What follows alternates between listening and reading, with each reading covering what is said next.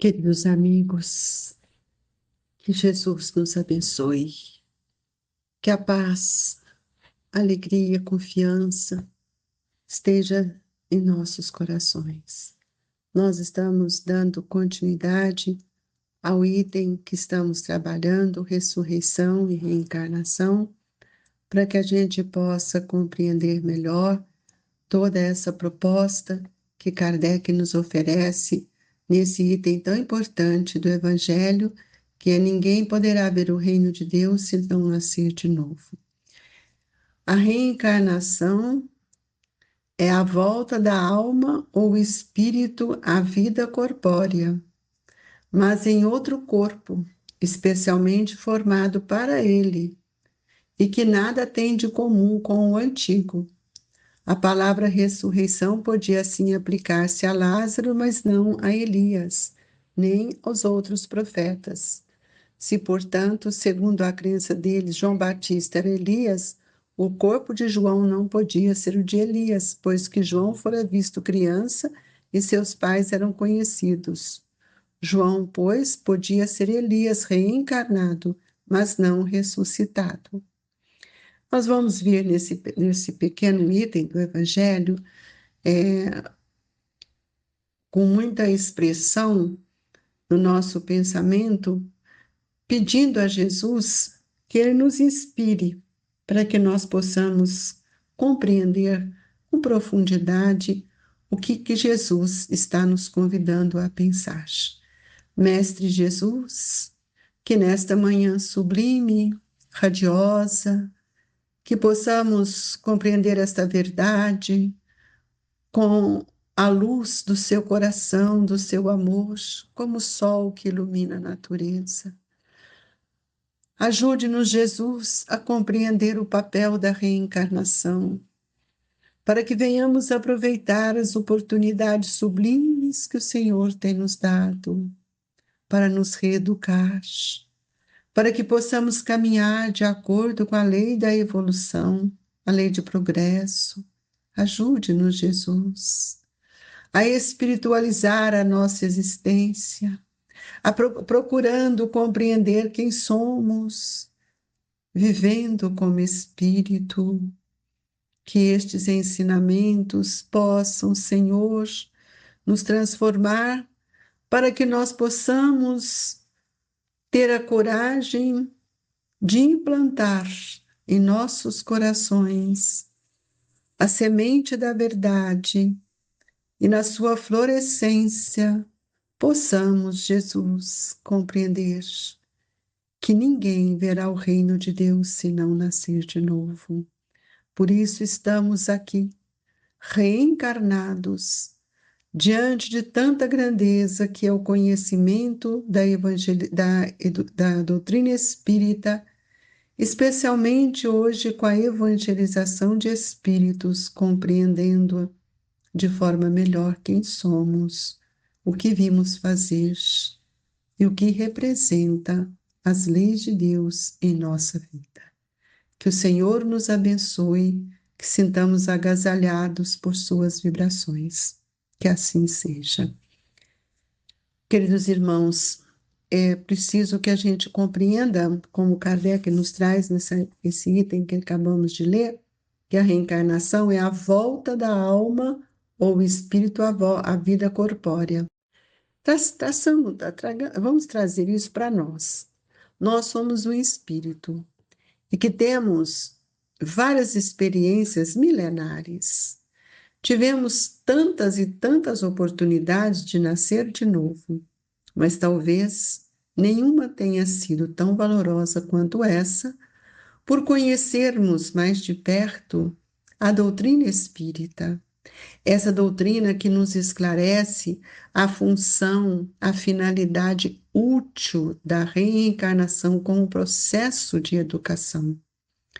A reencarnação é o meio divino que Deus nos concede para que venhamos a reeducar o nosso pensamento e os nossos sentimentos. Nós vimos as diferenças, né, que existem entre ressurreição e reencarnação, que a ressurreição, nós falamos ontem, que era a respeito de Lázaro.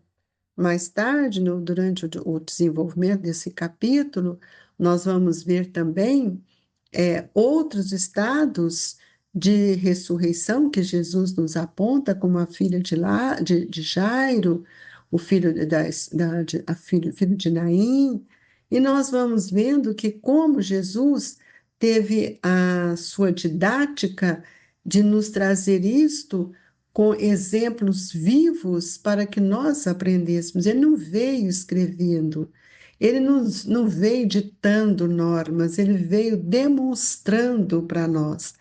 E aqui Kardec, mais uma vez, faz essa consideração entre o que é a ressurreição e a reencarnação, e nós também falamos quando ele nos disse que João Batista podia ser uma reencarnação de Elias, mas no outro corpo. Tanto é que a sociedade ali judaica, eles em Nazaré, eles conheciam perfeitamente quem era Isabel e quem era o seu esposo, Zacarias, que nem poderia ter tido filhos, ele era uma pessoa estéril, mas nós vimos que pela força da lei natural, da lei divina, ela se engravidou e teve ali o acompanhamento também do Espírito do anjo Gabriel, que mostrou e que veio alertá-los quanto à necessidade de receber aquele filho, que era uma reencarnação de Elias. Então, nós vamos ver que João Batista fora visto quanto criança, então era impossível, né, que fosse o mesmo corpo, de forma alguma. Podia ser Elias reencarnado, porém não ressuscitado. E nós vamos ver que Kardec nos traz outro exemplo para a gente ver o reino de Deus, que não é tão simples quanto pensamos, quando ele nos diz assim: ora, entre os fariseus havia um homem chamado Nicodemos, senador dos judeus, que veio à noite ter com Jesus e lhe disse: Mestre, sabemos que vieste da parte de Deus para nos instruir como um doutor, porquanto ninguém poderia fazer os milagres que fazes, se Deus não estivesse com ele. Jesus lhe respondeu: em verdade, digo-te, ninguém poderá ver o reino de Deus se não nascer de novo. Nesse pequeno item, nós podemos ver que Nicodemos, ele tinha um cargo elevado, senador dos judeus. Ele tinha cultura, ele tinha conhecimento, mas ele vai à noite, não em praça pública, não debaixo da luz, à noite encontrar com Jesus. E ele mostra o seu entendimento. Sabemos que vieste da parte de Deus para instruir como um doutor, porquanto ninguém poderia fazer o milagre que fazes se Deus não estivesse com ele. Mas Jesus, não na sua simplicidade, na sua grandeza, ele não tinha nenhum hábito de responder, mas as respostas ou era com outra resposta ou era com afirmativas bastante objetivas. Então ele responde: em verdade, digo-te, ninguém pode ver o reino de Deus se não nascer de novo. Ele não faz referência à pessoa dele, porque ele não tinha essa vaidade. E disse-lhe Nicodemos: como pode nascer um homem já velho? Pode tornar a entrar no ventre de sua mãe para nascer segunda vez? Ora, nós sabemos que aquela pessoa que desencarna, que morre, é impossível, né, que ele volte. E o Emmanuel tem uma lição que é bastante expressiva no Vinha de Luz, quando ele nos mostra que sigamos, pois, as coisas que contribuem para a paz e para a edificação de uns para com os outros. Paulo. Numa carta dos Romanos, capítulo 14, versículo 19. Então, nós vamos ver que Jesus, quando conversa com Nicodemos, ele vai nos mostrar que cada espírito possui o seu reino de sentimentos e raciocínios, ações e reações, possibilidades e tendências, pensamentos e criações. Porque tudo isso faz parte da particularidade do nosso espírito. Por isso que a reencarnação é um processo de educação. O que que ela educa? Ela educa os nossos hábitos, nosso comportamento? Não. Ela educa os nossos pensamentos, a forma de pensar, forma de criar, como educa também os nossos sentimentos. E, consequentemente, ela vai ampliando os nossos raciocínios, as nossas ações, e vai modificando as nossas tendências, justamente porque nós mudamos os nossos pensamentos e as nossas criações. Então, nós vamos ver que nós precisamos, enquanto estamos na Terra, compreender que para implantar o reino de Deus, eu preciso conhecer verdadeiramente o meu reino interior. Quem eu sou, como eu penso, como eu sinto, e como é que eu vou me alinhando com aquelas palavras que Jesus nos trouxe. E eu preciso ter o equilíbrio entre os meus pensamentos que ainda são gerados pelo mal e que muitas vezes entorpece aquelas conquistas que nós já temos. Então, nós precisamos entender que para que a gente construa o reino de Deus, eu preciso, acima de tudo, fazer ou construir o bem em mim mesmo. Mas, voltando ao Nicodemos, aqui, nós vamos ver quando Jesus disse, né? Em verdade te digo, se um homem não renasce da água e do Espírito, não pode entrar no reino de Deus. Ora, o pensamento do Nicodemos é como é que um homem já velho pode entrar no ventre. E Jesus então diz: em verdade, digo-te, se um homem não renasce da água e do Espírito, não pode entrar no reino de Deus. Por isso que nós precisamos de uma gestação, e nós somos gestados justamente no líquido da placenta, que é aquilo que sustenta o corpo, a água vai sustentar o feto no corpo, mas o espírito, ele está sendo preparado, ou já foi preparado, para estar numa nova possibilidade reencarnatória. E ele diz: o que é nascido da carne é carne, e o que é nascido do espírito é espírito. Não te admires do que eu te haja dito, seja preciso que nasças de novo. O espírito sopra onde quer e ouve a sua voz, mas não sabe de onde vem ele, nem para onde vai. O mesmo se dá com todo homem que é nascido do espírito. Então Nicodemos lhes disse: como pode isso fazer-se? Jesus observou: pois que és mestre em Israel ignora essas coisas? Digo-te em verdade, que não dizemos senão o que sabemos, e que não damos testemunho senão do que temos visto. Entretanto, não aceitas o nosso testemunho.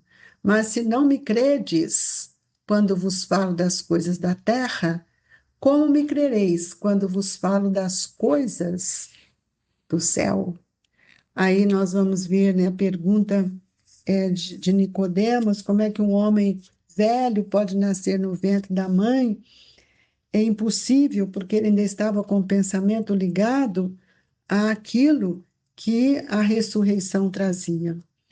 E Humberto de Campos nos mostra de uma forma belíssima, e aí ele vai dizendo para ele, quando ele pergunta, né, a Nicodemos, quando faz essa questão de nascer, como é que nós nascemos, ele diz assim, Humberto de Campos nos disse: o mestre sorriu e ele então diz para ele: tenho empregado a minha existência em interpretar a lei, diz Nicodemos, mas desejava receber a vossa palavra sobre os recursos de que deverei lançar mão para conhecer o reino de Deus. Isso é difícil até hoje para compreendermos que o reino de Deus é uma conquista do espírito, não é uma conquista do corpo. E ele achando que quanto mais ele estudasse, mais quanto mais ele compreendesse a lei, mais ele entenderia. E Jesus sorriu bondosamente e esclareceu: primeiro que tudo, Nicodemos, não basta que tenhas vivido a interpretar a lei, antes de raciocinar sobre as suas disposições, deveria ter sentido os textos. O que acontece conosco? Nós lemos, mas não sentimos o valor das palavras de Jesus. Nós lemos ele coloca sobre as suas disposições, por que ele não usou da reflexão? Uma, que ele não tinha conhecimento nenhum sobre o reino de Deus, era Jesus que estava anunciando. Segundo, é que nós vamos perceber o olhar de Jesus quando ele diz: como pode um homem nascer de novo sendo velho? Interrogou o fariseu altamente surpreendido. Poderá, porventura, regressar ao ventre de sua mãe? Ora, nós sabemos que não, mesmo porque a ciência já nos mostrou a questão do corpo, né, como ele se transforma. O mestre fixou-se nele os olhos calmos, consciente da gravidade do assunto em foco, e acrescentou: em verdade, reafirmo-te ser indispensável que o homem nasça e renasça, para conhecer plenamente a luz do reino. Como pode ser isso? Perguntou ele, né? Ele não conhecia a lei da reencarnação.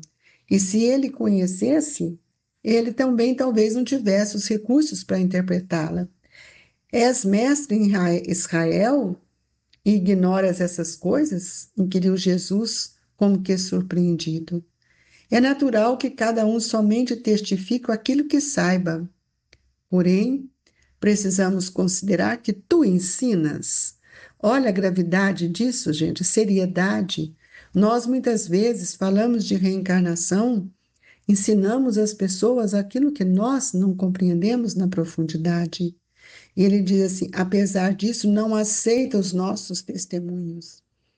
Se falando eu das coisas terrenas, sem dificuldades em compreendê-las com os teus raciocínios sobre a lei, como poderá aceitar as minhas afirmativas quando eu disser das coisas celestiais? Seria loucura destinar os alimentos apropriados a um velho para o organismo frágil de uma criança? E aí o que acontece? Ele fica confundido, retira, e dali fica André e Tiago, que estava junto, para perguntar a Jesus, obtendo ali uma informação melhor, e eles então preocupados, e Jesus então afirma naquela hora para eles que naquela hora estava sendo trabalhado, trazido a ideia da reencarnação. Humberto de Campos nos diz assim: desejavam eles, Tiago e André, ardentemente penetrar o sentido oculto das palavras do Mestre. Como seria possível aquele renascimento? Não obtendo seus conhecimentos, também partilhavam da perplexidade que levara Nicodemos a se sentir fundamentalmente surpreendido. Nós precisamos entender que nem todos temos o mesmo grau de evolução. E os discípulos de Jesus também não era diferente. E aí Jesus diz: por que tanta admiração em face dessas verdades? Perguntou-lhe Jesus bondosamente.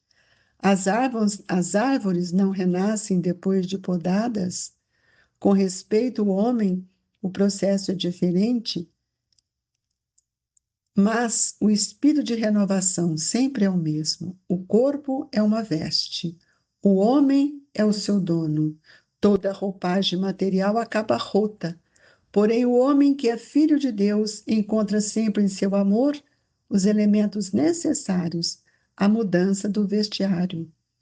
A morte do corpo é a mudança indispensável, porque a alma caminhará sempre, por meio de outras experiências, até que consiga a imprescindível provisão da luz para a estrada definitiva no reino de Deus, com toda a perfeição conquistada ao longo dos rudes caminhos. E aí nós vamos ver, né, meus amigos, queridos irmãos, o quanto precisamos aproveitar a nossa reencarnação, porque nós estamos numa nova existência, numa nova oportunidade, e que Jesus possa iluminar a nossa mente, para que os nossos atos sejam mais precisos e que tenhamos mais força, mais coragem para caminhar, aproveitando as oportunidades que o Senhor tem nos concedido. E nesta hora bendita, Jesus amado, nós te pedimos que envolva os pensamentos de todos os nossos irmãos, para que eles reflitam na sua reencarnação, nesta existência sublime, que eles possam receber as dádivas da iluminação dos benfeitores amigos, que nos auxilia pelo passe, fluidifica as nossas águas, para que elas se transformem em medicamentos. Amado Jesus, que o seu amor fecunde em nós a esperança. Auxilie os nossos irmãos em dor, tanto nos lares, nos hospitais, como aqueles que estão passando por tantas dores no sul do nosso país. Jesus, que a sua misericórdia nos sustente no pensamento do bem. O abraço amigo do Grupo Espírita Esperança e Caridade, Colégio Allan Kardec. Fique com Deus e que assim seja.